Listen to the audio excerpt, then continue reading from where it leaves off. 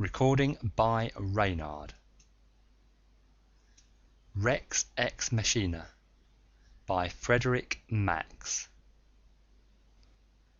The domination of the minds of tractable man is not new. Many men have dreamed of it. Certainly some of them have tried. This man succeeded. One final lesson, a dying man's last letter to his only son that completes the young man's education. My dear son, the doctors have left, and I am told that in a few hours I shall die.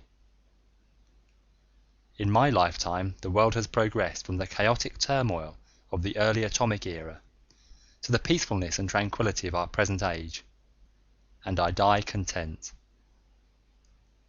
For 10 years I have instructed you in all that you will need for the future. One final lesson remains to be taught.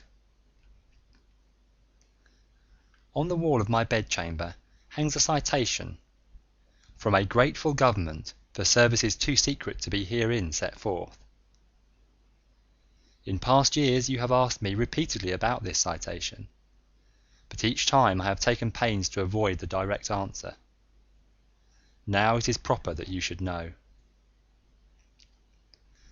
40 years ago, I was an obscure army captain stationed at the Armed Forces Language School in Monterey, California. I had, at that time, just completed a tour of duty in Korea, a minor skirmish of that era, and despite an excellent reputation for resourcefulness, I had drawn Monterey as my next assignment. An aptitude for foreign languages had led to an instructorship in the Russian department, with additional duties instructing in the Slavic tongues.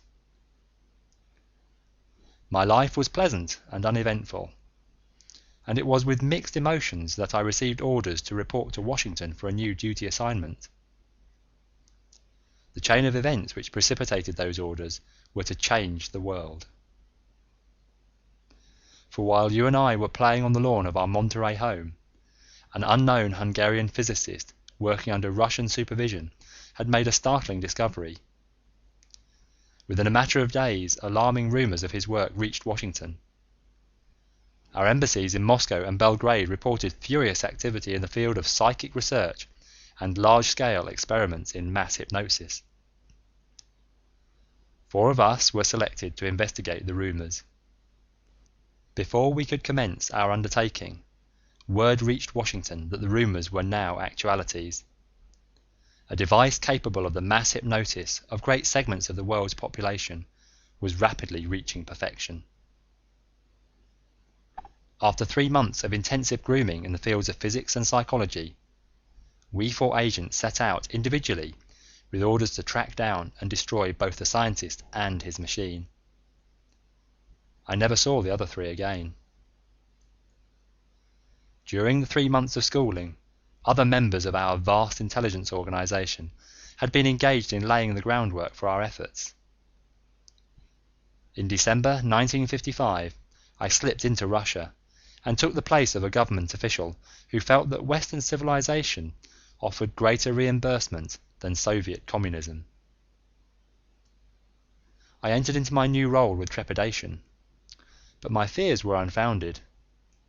Thanks to a remarkable resemblance, which was the original reason for my selection, and also due to a most thorough briefing, I found myself making the substitution with ease.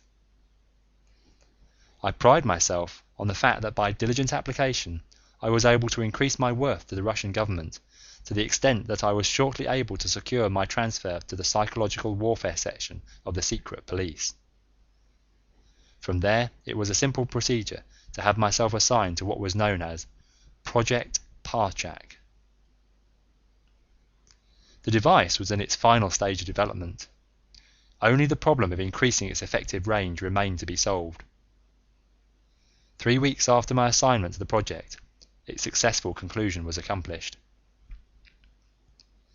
In June 1956, the Russian government ordered me to a small house on the outskirts of Braila, Hungary, where I was to attend a private showing of the device. By design, I arrived one day early and made my way to the laboratory immediately. Dr. Michael Parchak, the inventor, stood facing me as I entered. On a table between us lay a small, complicated mechanism resembling a radio transmitter, but it was infinitely more than that. The device was a thought generator, capable of hypnotizing every thinking creature on the face of the earth. The power of infinite goodness, or evil, which the machine embodied was terrifying to consider. I listened to Parchak's boasting with revulsion. Although he had the ability to work for the ultimate good of mankind, this creature intended, instead, to use his newly found power for selfish aggrandizement.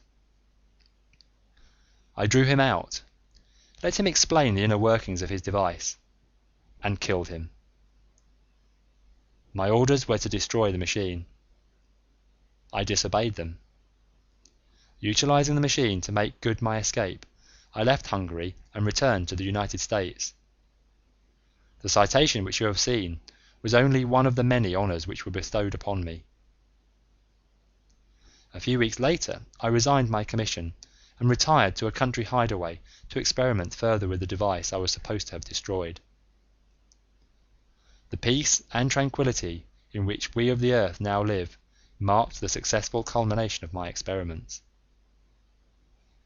You will find the machine walled up in the north alcove of my bedchamber.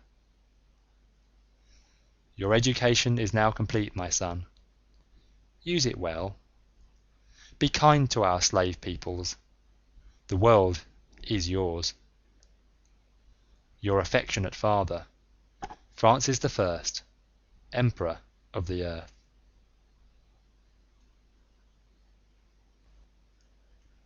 End of Rex Ex Machina by Frederic Max. Read by Reynard.